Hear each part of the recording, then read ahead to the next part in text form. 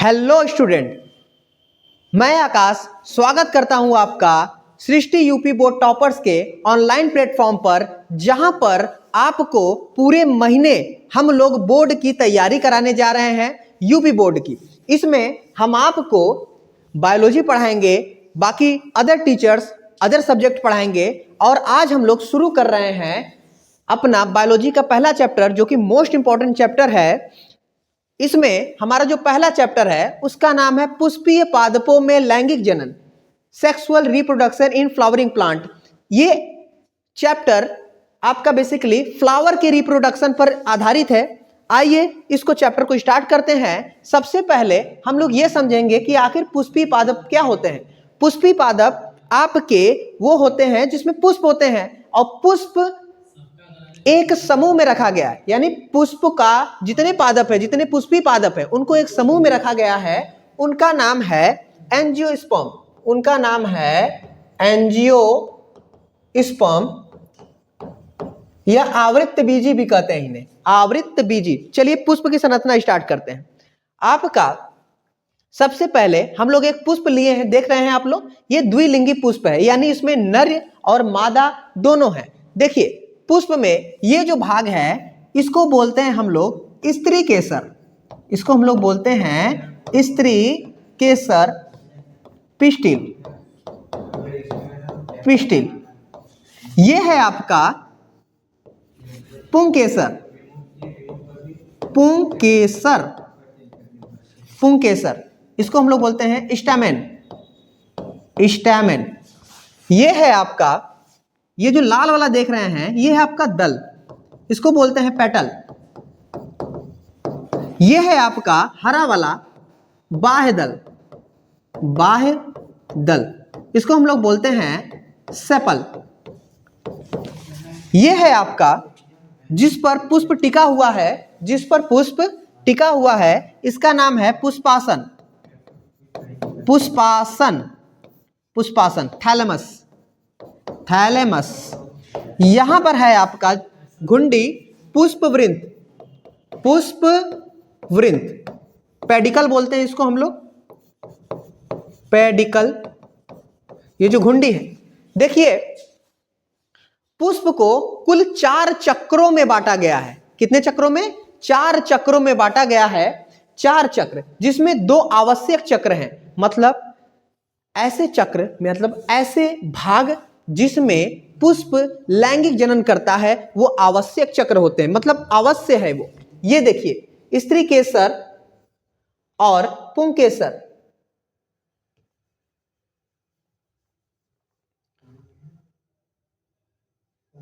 एक मिनट, पहले हम लोग इसको समझ लेते हैं। और अगर मान लीजिए किसी पुष्प में ढेर सारे स्त्री केसर हैं, तो स्त्री केसर के समूह को हम लोग बोलते हैं जायांग।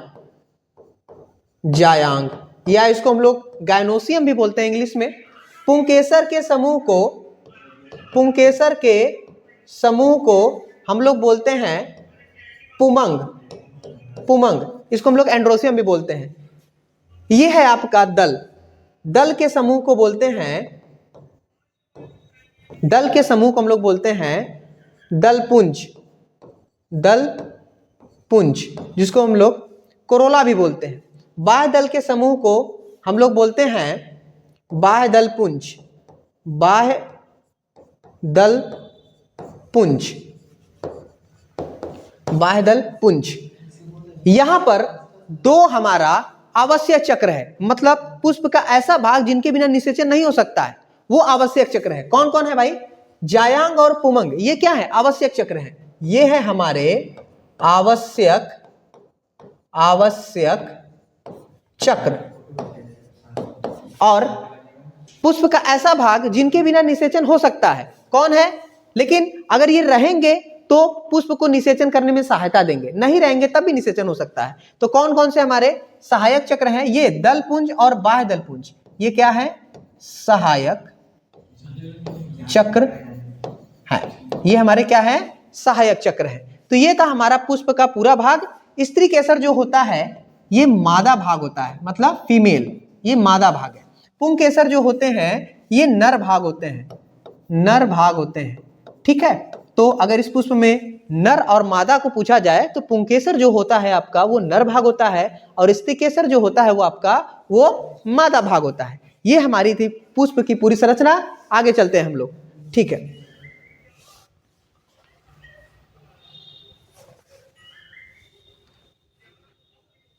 अब हम लोग आते हैं पुष्प के नर जननांग की संरचना पर। पुष्प के नर जननांग की संरचना पर जो अभी हम लोग बताए हैं पुंकेसर, अगर पुंकेसर का समूह रहेगा तो इसे हम लोग बोलेंगे क्या, इसे हम लोग बोलते हैं पुमंग या एंड्रोसियम। ये है हमारा पुंकेसर। यहां पे देखिए, ये हमारा है पुंकेसर।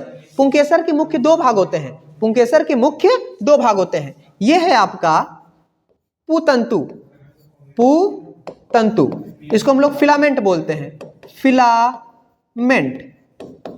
ये है हमारा परागकोश, परागकोश,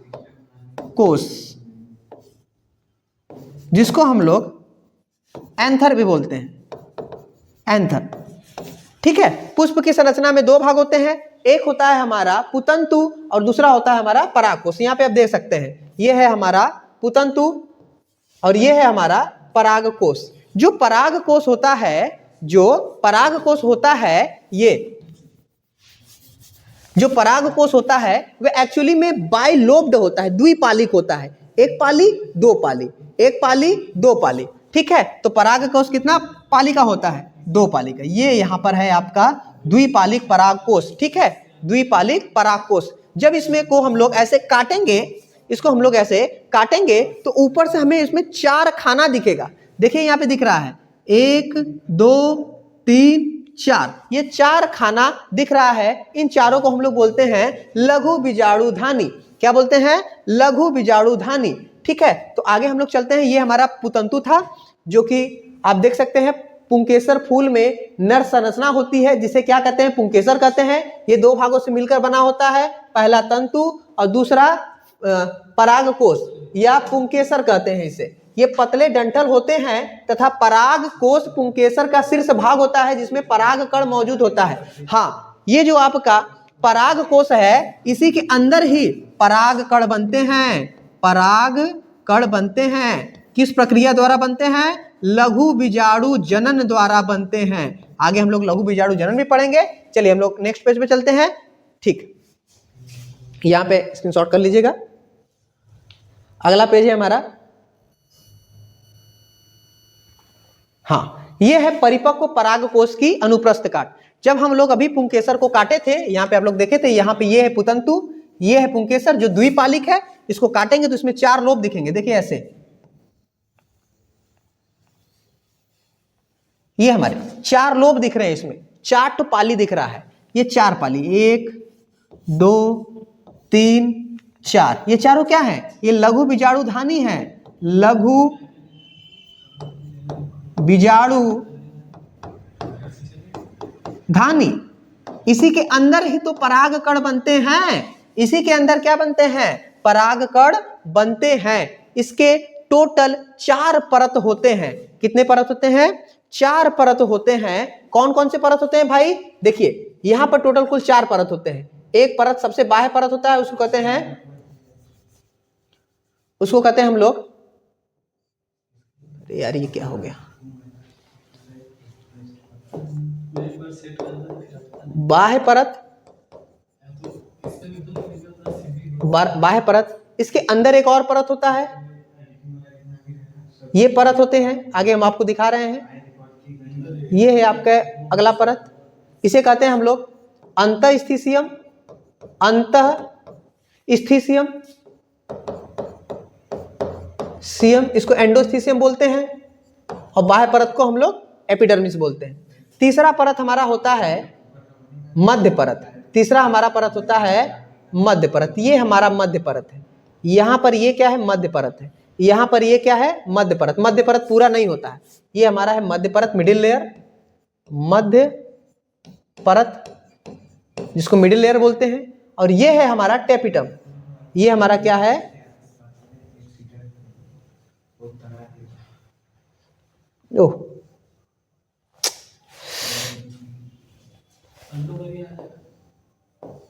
ये हमारा इधर टेपिटम। टेपिटम क्या करता है भाई? टेपिटम टेपिटम टेपिटम जब पराग कण बनते हैं, ये क्वेश्चन पूछेगा आपसे कि जब लघु बीजाणुधानी के अंदर पराग कण बनते हैं तो उनको पोषण कौन देता है? उनको पोषण देता है टेपिटम। तो टोटल 4 परत होते हैं, बाह्य परत, अंतःस्थिशियम, मध्य परत और tapetum. Epidermis, endothecium, middle layer and tapetum, ये 4 परत होते हैं। इन्हीं परत किसमें होते हैं? ये एंथर के अंदर, पराग कोश के अंदर होते हैं। आगे चलते हैं हम लोग नेक्स्ट टॉपिक पर।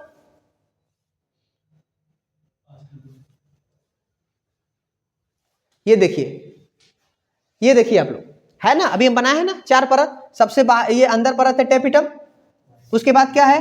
अंतःस्थिशियम, अरे अंतर सोचा है, ये एंडोस्थिशियम है। हाँ देख ले, एक सेकेंड रुकिए, इसमें बाह्य परत कहाँ गया? नहीं दिया है बेसिकली। सबसे बाह्य होता है बाह्य परत, फिर उसके बाद अंतःस्थिशियम, उसके बाद मध्य परत, उसके बाद आता है हमारा टेपिटम। 4 परत हमारे होते हैं, जो कि इसमें सही नहीं है। एक बार देख लीजिए यहाँ पर है आपका टेपिटम, ठीक है, यहाँ पर है आपका अंतःस्थिशियम, यहाँ पर है आपका बाह्य परत, ये बाह्य परत है, ये है आपका टेपिटम। टेपिटम 2 जगह किस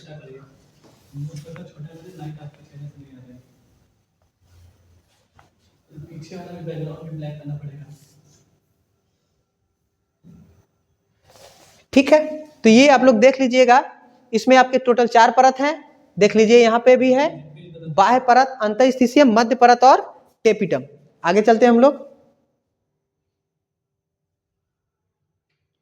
आगे हम लोग आते हैं पुष्प की मादा संरचना पे। पुष्प की मादा संरचना पे देखिए, बनाते हैं हम लोग पुष्प की मादा संरचना। चलिए अब हम लोग शुरू करते हैं पुष्प की मादा संरचना। नर संरचना नर संरचना के बारे में हमने पढ़ लिया। पुंकेसर, पुंकेसर के समूह को पुमंग कहते हैं। पुंकेसर और या पुमंग 2 भागों में मिलकर बना होता है, परागकोश और आपका पुतंतु। परागकोश को काटने पर 4 लेयर आते हैं, बाह्य परत, अंतःस्थिशियम, मध्य परत और टेपिटम। टेपिटम जो होता है वो पोषण देता है। आगे चलते हैं हम लोग, ठीक है। यहां पर अब हम लोग शुरू करते हैं पुष्प की मादा संरचना। ये हम लोग बना लेते हैं। ये हमारी है पुष्प की मादा संरचना।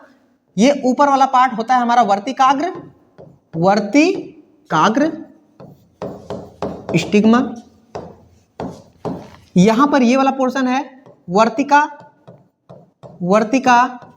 स्टाइल। यहां पर है हमारा अंडाशय, ओवरी। देखिए पुष्प के कुल मादा भाग में 3 भाग होते हैं, वर्तिकाग्र, वर्तिका और अंडाशय। अंडाशय के अंदर होते हैं बीजांड। अंडाशय के अंदर क्या होता है? बीजांड। और इसी बीजांड के अंदर निषेचन होता है। इसी बीजांड के अंदर मादा युग्मक होते हैं और उसी के अंदर निषेचन होते हैं। ये है हमारा बीजांड, ओव्यूल जिसको हम लोग बोलते हैं, ठीक है। आगे इधर देखिए, आगे हम लोग चलते हैं। ये हमारा पुष्प की मादा संरचना है, वर्तिकाग्र, वर्तिका और अंडाशय। उसके अंदर होता है बीजांड, बीजांड के अंदर ही निषेचन होता है, ठीक है। आगे चलते हैं हम लोग। देख लीजिए यहाँ पे लिखा हुआ है आपका वर्तिकाग्र। यह वर्तिका का अग्रस्त फूला हुआ चिपचिपा एवं रोएदार भाग होते हैं, जो परागण के समय परागकण को ग्रहण करता है। सबसे ऊपर वाला पोर्शन वर्तिका या जायांग का मध्य भाग होता है। अभी बताया उसमें जो मध्य भाग होता है, ठीक है, जिसकी संरचना एक नलिका के जैसी होती है, नली की तरह था। अंडाशय पुष्पासन का लगा हुआ, जो पुष्पासन होते हैं नीचे थैलेमस, उसी का लगा हुआ भाग होता है। जायांग का सबसे नीचे का फूला हुआ भाग होता है, जिसमें मादा जनन कोष बीजांड का निर्माण होता है। इसी के अंदर बीजांड का निर्माण होता है। अभी आप लोग को बताएं। आगे चलते हैं हम लोग। इतना आज के लिए इतना ही। कुछ हमारी दिक्कतें आ गई हैं, आगे हम लोग अगले वीडियो में बताएंगे, ठीक है। धन्यवाद।